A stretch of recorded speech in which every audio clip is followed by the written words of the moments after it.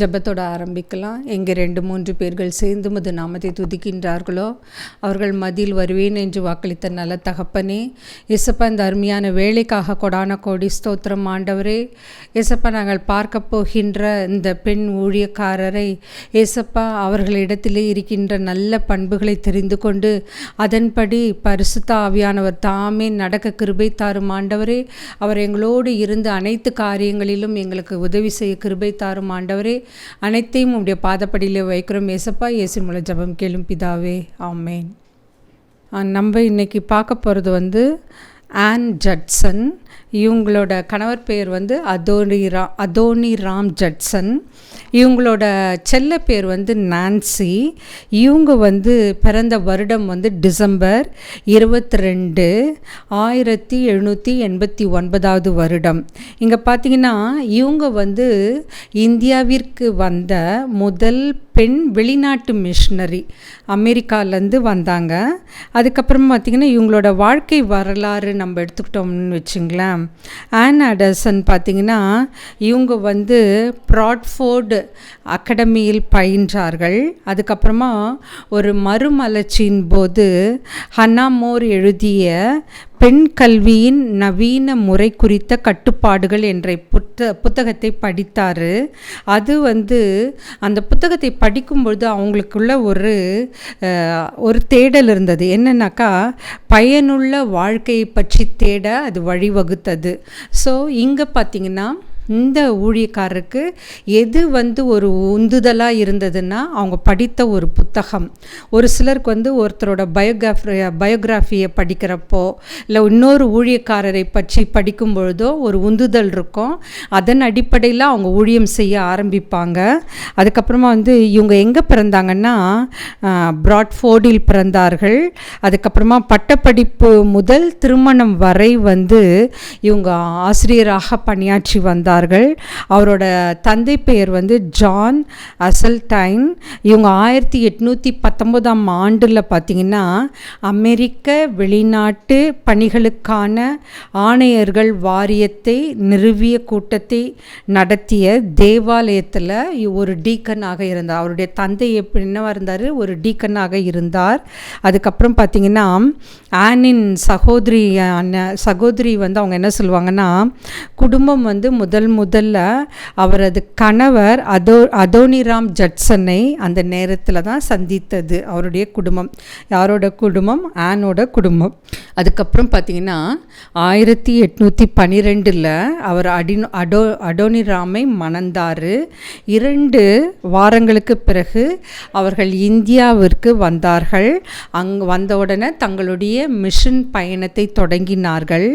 அடுத்த ஆண்டு அவங்க எங்கே போனாங்கன்னாக்கா பர்மாவுக்கு சென்றனர். அவருக்கு 3 கர்ப்பங்கள் இருந்தன. முதலாவது கர்ப்பம் பார்த்திங்கன்னா இந்தியாவிலிருந்து பர்மாவுக்கு குடி பெயர்ந்த பொழுது கருச்சிதைவு ஏற்பட்டது. அதுக்கப்புறமா அவருடைய மகன் ரோஜர் 1815 பிறந்து 8 மாதம் வரைக்கும் தான் அவர் உயிரோடு இருந்தார். அதுக்கப்புறமா அவங்களுடைய 3வது குழந்தை மரியா, அவரது தாயார் இறந்த பிறகு 6 மாதங்கள் மட்டுமே அவர் வாழ்ந்து வந்தார். இவங்க பார்த்திங்கன்னா இப்போ அடுத்தடுத்து அவங்களுக்கு ஃபஸ்ட்டு கருச்சிதைவு ஏற்பட்டது. அதுக்கடுத்து பிறந்த குழந்தையும் இறந்து விட்டது. அதுக்கு அடுத்து பிறந்த குழந்தையும் தாயார் இறந்தவுடன் அந்த குழந்தையும் இறந்து விட்டது. அப்போ இதில் என்னன்னாக்கா, இவங்களுக்கு குழந்தை பாக்கியமே கிடையாது. நம்ம அப்படி சொல்ல முடியாது. கருச்சிதைவு ஏற்பட்டு நிறைய பேர் இருப்பீங்க. மிஸ்கேரேஜ் ஆகிருக்கலாம், இல்லை குழந்தை இல்லை வளர்ச்சி குன்றியதாக இருக்கலாம், இல்லை குழந்தை உருவானது கர்ப்பப்பை இல்லாமல் வேறு இடமாக இருக்கலாம். உடனே நம்ம பற்றியா நம்மளுக்கு குழந்தைங்களே இல்லை அப்படின்னு தப்பாக நம்ம எந்த முடிவுக்கும் வரவே கூடாது.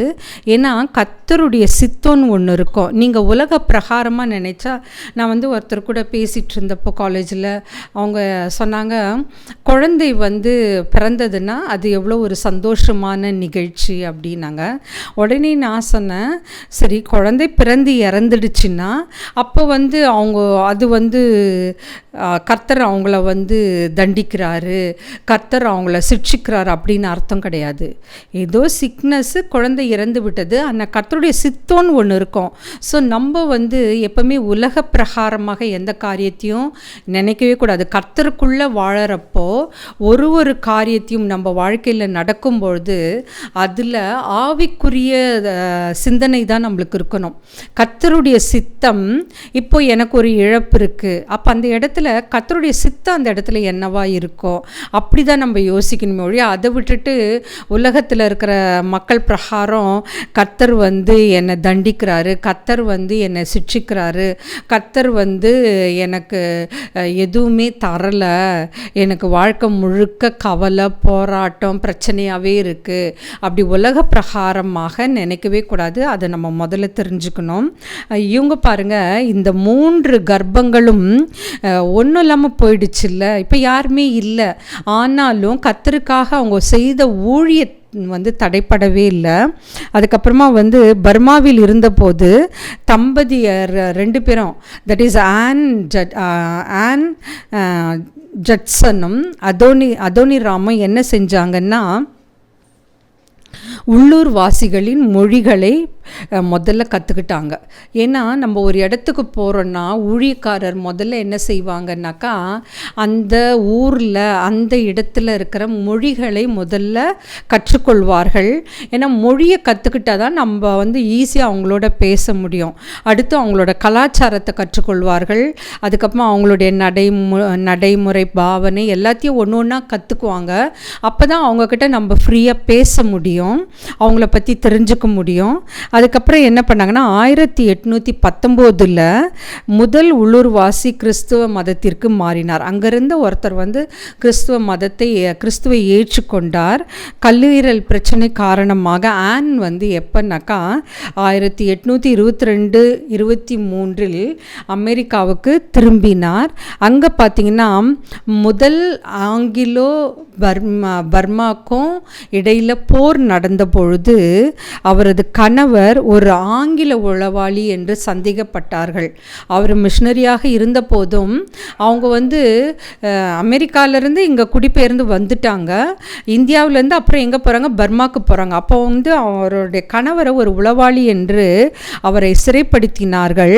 17 மாதங்கள் சிறையில் அடைக்கப்பட்டார். நீங்கள் யோசிச்சு பாருங்கள், குழந்தைங்க கிடையாது, ஹஸ்பண்ட் அண்ட் ஒய்ஃப் 2 பேரும் சேர்ந்து கர்த்தருக்காக ஊழியம் செய்கிறார்கள். அப்போ இவரை வந்து சந்தேகத்தின் அடிப்படையில் இவரை கைது பண்ணுறாங்க, சிறைசாலையில் அடைக்கிறாங்க. அப்போ அவங்களோட மனநிலைமை எப்படி இருக்கும் யோசிச்சு பாருங்கள்.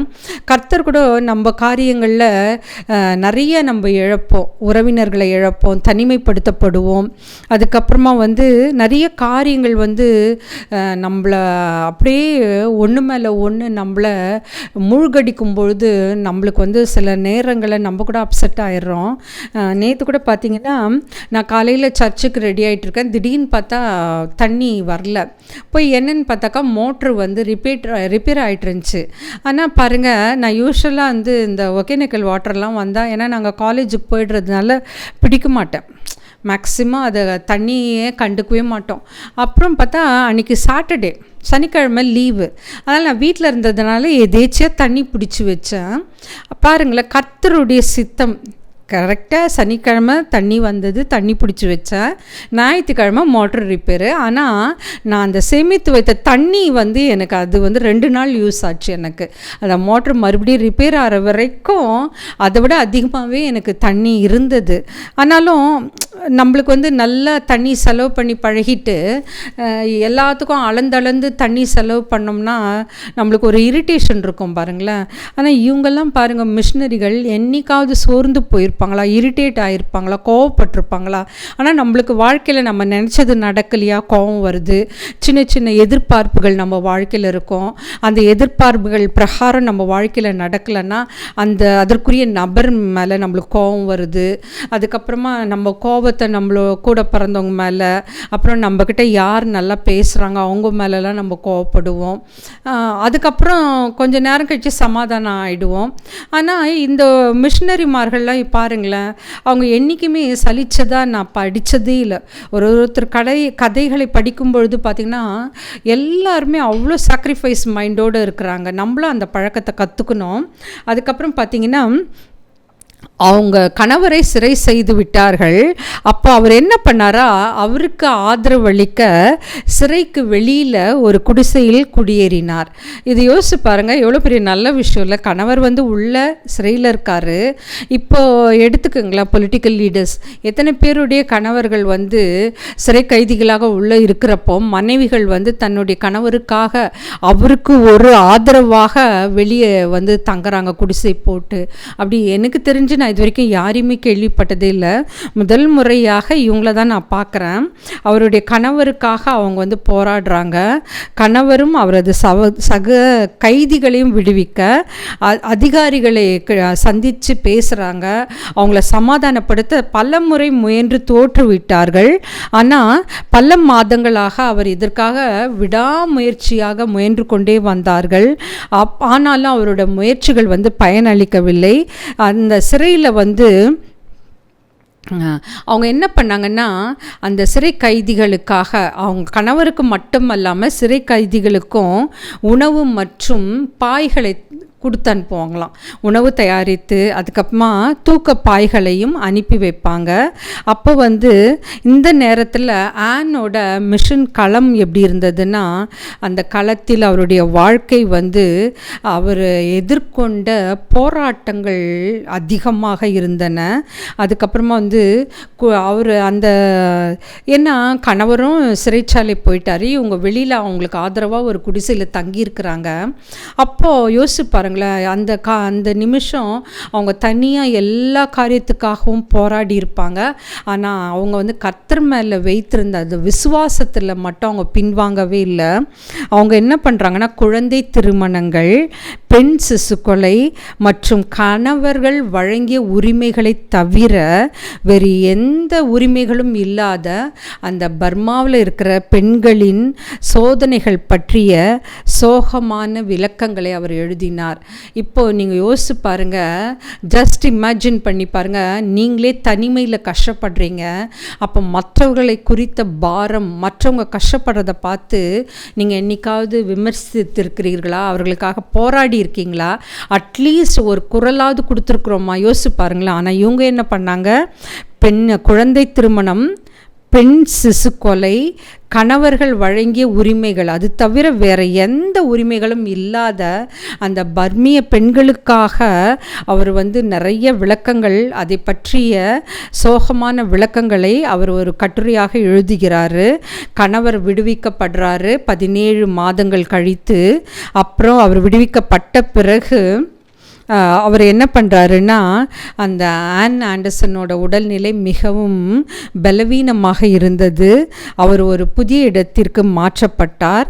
அப்போ அவருடன் இருக்க அவங்க சில முயற்சிகள் எடுக்கிறாங்க.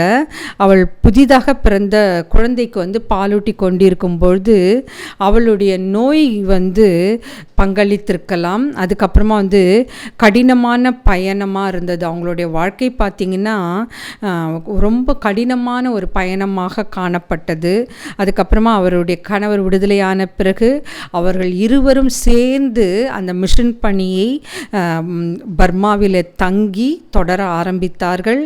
1826ஆம் ஆண்டு லோயர் பர்மாவின் ஹெர்சிடஸ் அங்கே பார்த்திங்கன்னா பர்மாவில் தான் அவங்க பெரியம்மை நோயால் தாக்கப்பட்டு ஆன் ஆண்டர்சன் இறக்கிறார்கள். அதுக்கப்புறமா அவர் பர்மிய மொழியில் ஒரு மத போதனை எழுதினார்கள். அதுக்கப்புறமா டேனியல் மற்றும் யோனாவின் புத்தகங்களை பர்மிய மொழியில் மொழிபெயர்த்தார். பார்த்திங்களா, எல்லாரும் அவங்க வாழ்கின்ற அந்த காலத்தில் கர்த்தருக்காக என்ன செய்ய முடியுமோ, அவங்களால என்ன தெரியுதோ அதை செய்கிறாங்க. நாமளும் இதை கற்றுக்கணும். நம்ம வாழ்கின்ற இந்த குறுகிய காலத்தில் கர்த்தருக்காக நம்ம என்ன செய்ய முடியும் அதை நம்ம செய்ய ஆரம்பிச்சிடணும்.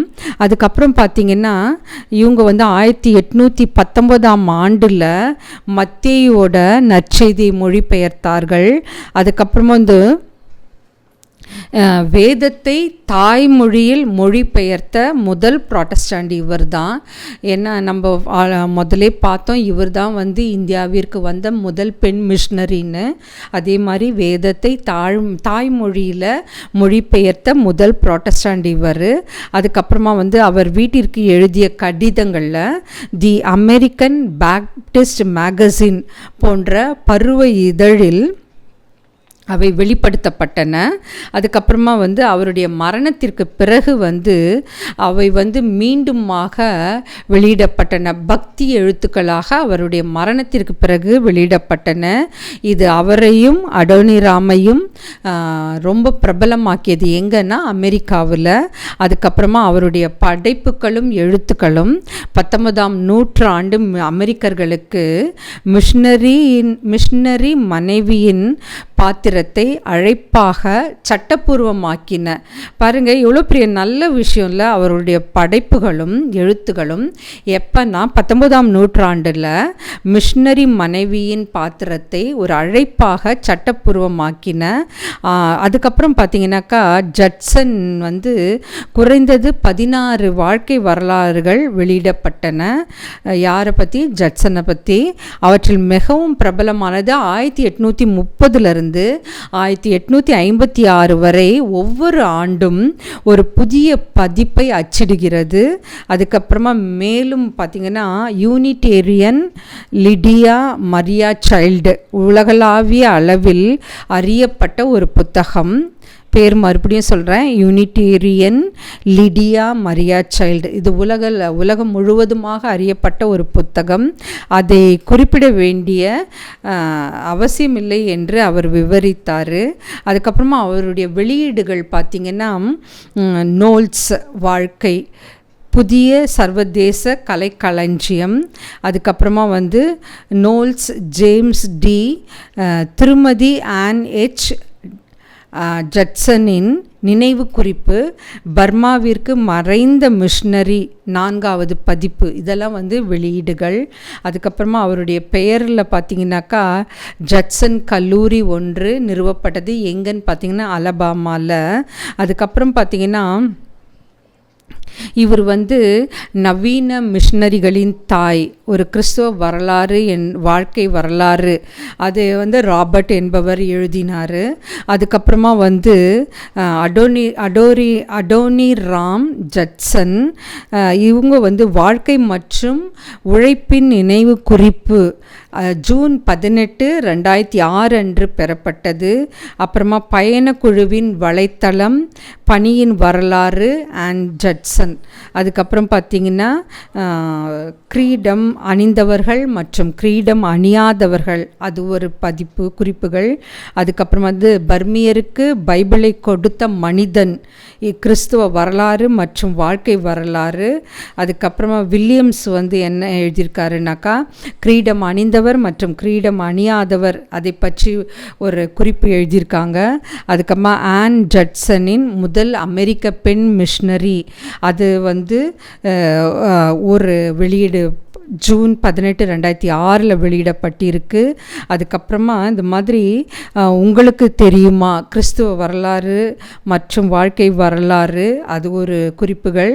அதுக்கப்புறமா சுதந்திரம் வளையட்டும், கிறிஸ்துவ வரலாறு அன்று வாழ்க்கை வரலாறு, இதை எழுதியது டக்கர். அதுக்கப்புறமா வில்லியம்ஸ் வந்து அவரும் வந்து கிரீடம் அணிந்தவர்கள் கிரீடம் அணியாதவர்கள் என்ற ஒரு குறிப்புகளை பற்றி எழுதியிருக்காரு. ஸோ இன்றைக்கி நம்ம பார்த்த ஆன் ஜட்சன், இவங்களோட கணவர் வந்து அடோனி ராம் ஜட்சன். நான் வந்து இங்கே வந்து ஒரு மிஷனரி ஊழியம் வந்து நடந்து கொண்டு வருகிறது. அவங்கக்கிட்ட வந்து நான் பேசுவேன் அடிக்கடி, மாதத்துக்கா இல்லைன்னா 3 months ஒரு தடவை, இல்லை 6 months ஒரு தடவை என்னை வந்து பார்ப்பாங்க. அப்போ அவங்க சொல்லுவாங்க, எங்கள் ஊழியத்தோட அடிப்படை இதே பார்த்திங்கன்னா பெண் தனியாவோ இல்லை ஆண் தனியாவோ ஊழியத்துக்கு வரமாட்டாங்க. திருமணம் செய்து கொண்டு கணவன் மனைவியாக தான் நாங்கள் ஊழியம் செய்வோம். எங்களுடைய பிள்ளைகள் படிப்பு மற்ற எல்லா காரியங்களும் அவங்களுக்கு கிடைக்கிற அந்த சொற்ப வருமானத்தில் அவங்க பார்த்துக்குவாங்க.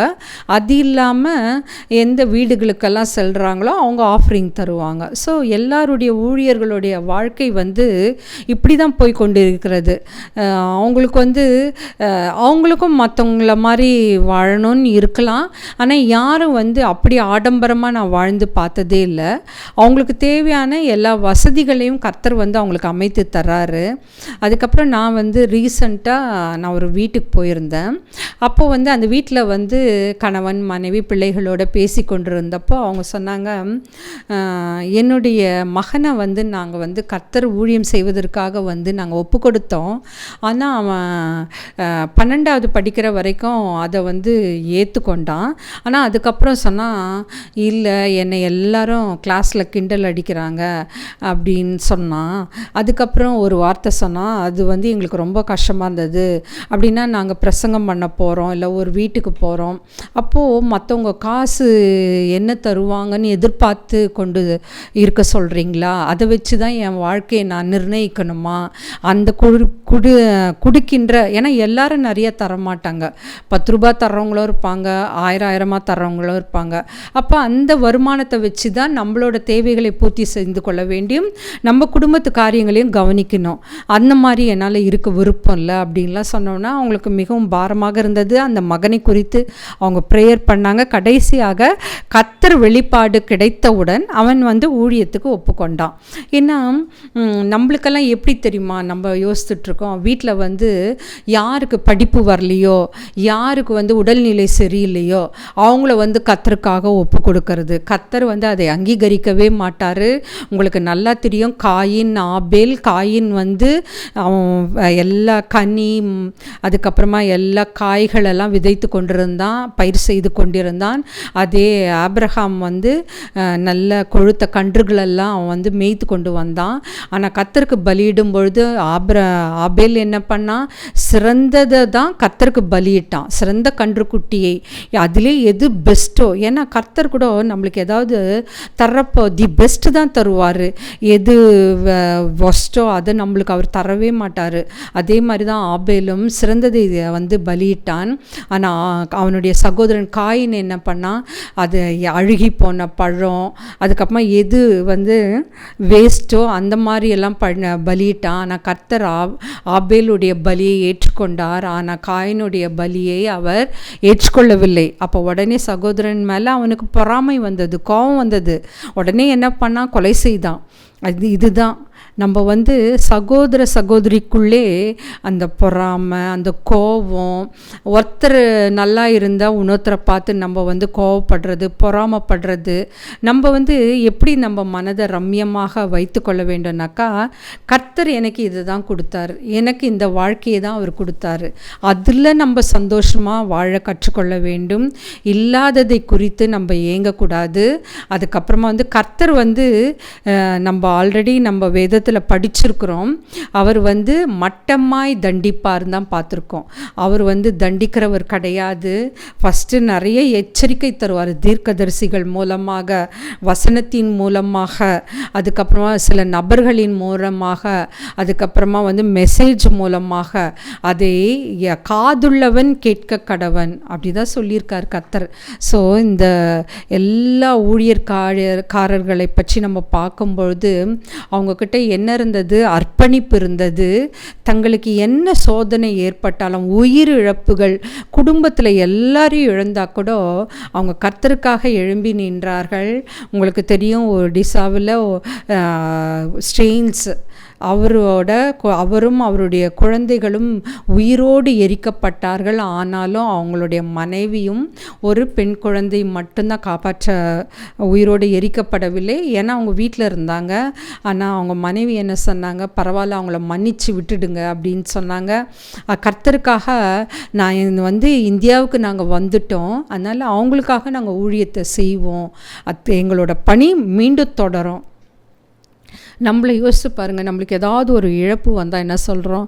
இவ்வளோ நாள் நான் கர்த்தருக்காக உழைச்சினே, இவ்வளோ நாள் நான் கர்த்தருக்காக பாடுபட்டனே, மெசேஜ் சொன்னனே, ஊராக போய் பிரசங்கம் பண்ணனே, ஆனால் எனக்கு இவ்வளோ இழப்பு இருக்கே, அவ்வளோதான். என்ன பண்ணுவோம்?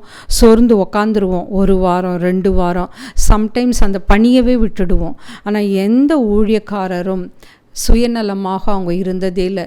தனக்கு தெரிந்த, தான் அனுபவித்த, தான் ருசி பார்த்த அந்த கர்த்தராகிய இயேசு கிறிஸ்துவை எல்லாருக்கும் சொன்னாங்க.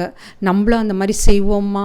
நம்ம என்ன இழந்தாலும் பரவாயில்ல, ஆனால் நம்ம யாரையும் மனிதரை நம்புவதை பார்க்கிலும் கர்த்தருடைய பேரில் பற்றுதலாய் இருப்பதே நலம். கர்த்தராகிய இயேசு கிறிஸ்துவை மட்டும் விசுவாசிங்க, அவரை மட்டும் உறுதியாக பற்றி கொள்ளுங்க. வார வாரம் நம்ம ஒவ்வொரு மிஷினரிகளை பற்றி பார்க்குறோம். அவங்கக்கிட்ட இருந்து நல்ல கருத்துக்களை எடுத்துக்கொண்டு அதன்படி நடக்க கர்த்தர் தாமே நம்மளுக்கு கிருபை தருவாராக. இப்போ ஜெபத்தோடு முடிப்போம். ஏசப்பா, இதோ நாங்கள் இந்த ஆன் ஜட்சனை பற்றி பார்த்தோம் ஆண்டவரே. அவர்கள் கணவன் மனைவியுமாக இருவருமாக சேர்ந்து உமக்காக ஊழியத்தை செய்தார்கள் கர்த்தாவே. கர்த்தாவே, அவர்கள் 3 கர்ப்பங்களும் அவர் இழந்தார்கள் கர்த்தாவே. ஆனாலும் தனக்கு பிள்ளை இல்லையே என்று அவர்கள் உம்முடைய வார்த்தையை சொல்வதிலோ, உமக்காக பாடுபடுவதிலோ, உமக்காக ஊராக சென்று சத்தியத்தை சொல்வதிலோ அவங்க தயங்கவில்லை ஆண்டவரே.